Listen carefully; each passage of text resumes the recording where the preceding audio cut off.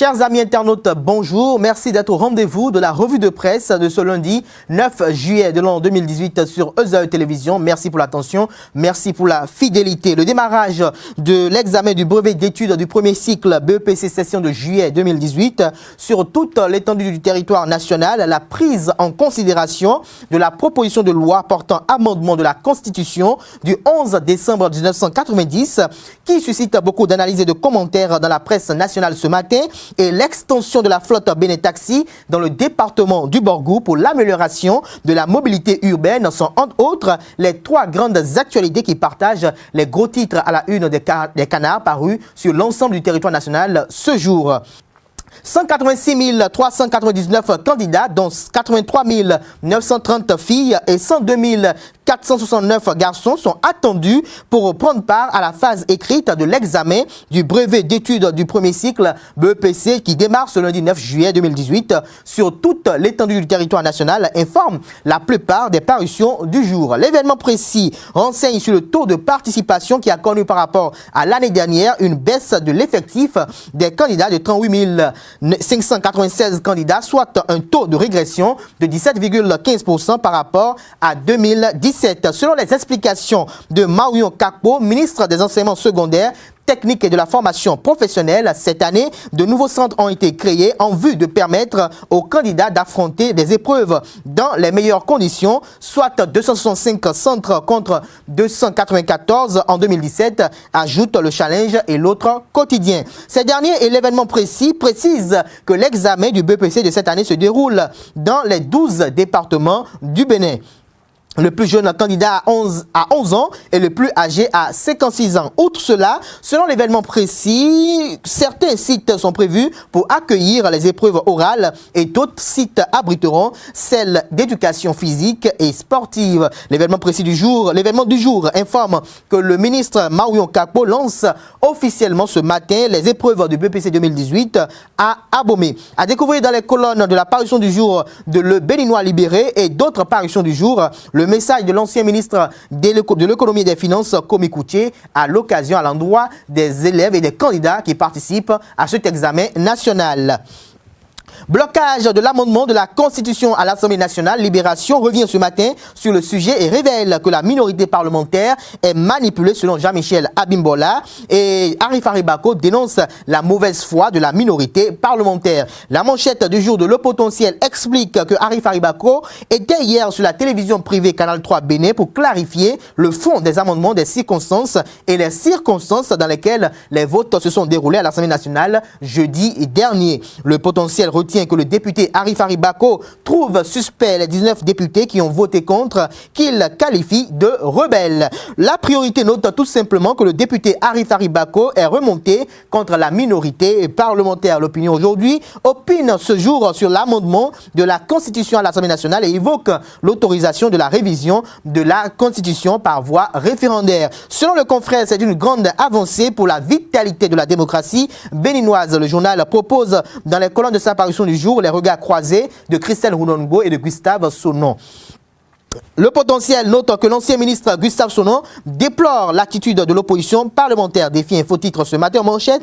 Référendum pour l'amendement de la Constitution. La minorité parlementaire refuse de rentrer dans l'histoire moderne de notre pays. Le BMP reste une chance pour le Bénin. L'Indépendant remarque la haine envers le président Patrice Talon car elle est la seule motivation du rejet de la proposition d'amendement à la Constitution au Parlement. Le Challenge constate ce matin que le bloc de la majorité parlementaire, le président Patrice Talon, ont réussi là où les présidents Mathieu Kérékou, Thomas Bouniaï ont échoué. Le pays émergent rend compte dans les colonnes de sa parution du jour d'une intervention du député Guy Mitokwe sur la radio Soleil FM ce week-end. Il en résulte que le député Atta Mohamed Renouho a trahi les siens de la minorité parlementaire après avoir juré sur son Coran. Et aussi, il est à noter que le référendum est impossible avant septembre 2019. La priorité révèle que le référendum avant les législatives de 2019 est une équation difficile selon Michel Adiaka. Après sa procuration pour le oui à l'amendement de la Constitution, Atta Mohamed Renouho, bientôt en liberté, s'interroge Matin Libre ce matin à la une. La dépêche présente ce matin l'échec de la révision de la Constitution par le Parlement comme une victoire du peuple saluée par la coalition pour la défense de la démocratie CDD. Point Média complète que la CDD loue les mérites de la minorité parlementaire.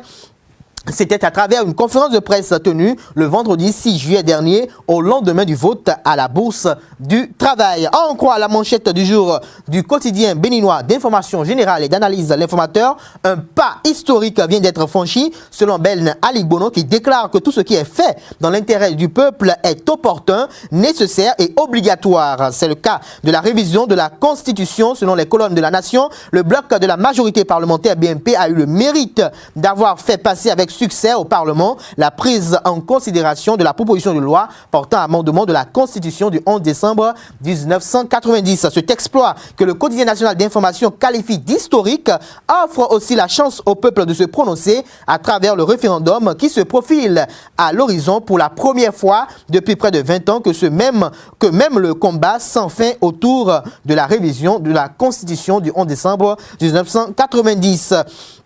Je rappelle que cet exploit que le quotidien national d'information qualifie d'historique offre ainsi la chance au peuple de se prononcer à travers le référendum qui se profile à l'horizon pour la première fois depuis près de 20 ans que se mène le débat sans fin autour de la révision constitutionnelle. Fraternité s'intéresse à la veine polémique suite au vote favorable de l'honorable Issa Salifou pour l'amendement de la Constitution du 11 décembre 1990. Sur la station Royal FM d'Abomey le week-end écoulé, El-Hajj Malhossou Yakoubou, qui était visiblement dans le secret des dieux, a expliqué les motivations du député et éclairé l'opinion publique sur ce qui devrait être d'une évidence pour des personnes averties de la chose politique, tout en rappelant que l'honorable Issa Salifou est l'un des premiers soutiens de Patrice Talon à la présidentielle de 2016. Yakoubou Malhossou a fait savoir que le vote d'Issa Salifou à l'Assemblée nationale ne devrait pas être une surprise, surtout que les points objets d'amendement de la loi fondamentale ont reçu l'approbation de la plupart des députés ainsi bien que de la mouvance que de l'opposition avant le vote proprement dit. Hélas, la politique a ses raisons et que le Béninois lambda ignore. D'un registre à un autre, intéressons-nous à l'amélioration de la mobilité urbaine. Le quotidien national d'information La Nation, le matinal et le quotidien Fraternité et bien d'autres canards parus ce jour informent que les véhicules de Bénin Taxi sont désormais en circulation à Parakou. Le ministre d'État chargé du plan et du développement, Abdoulaye Biotchane, a présidé samedi 7 juillet dernier la cérémonie consacrant le démarrage des activités de la flotte Bénin Taxi dans tout le département du Borgou et les autres localités du pays concernées par son extension. Il avait à ses côtés le ministre de l'économie numérique et de la communication, Aurélie Adam Soulé Zoumarou.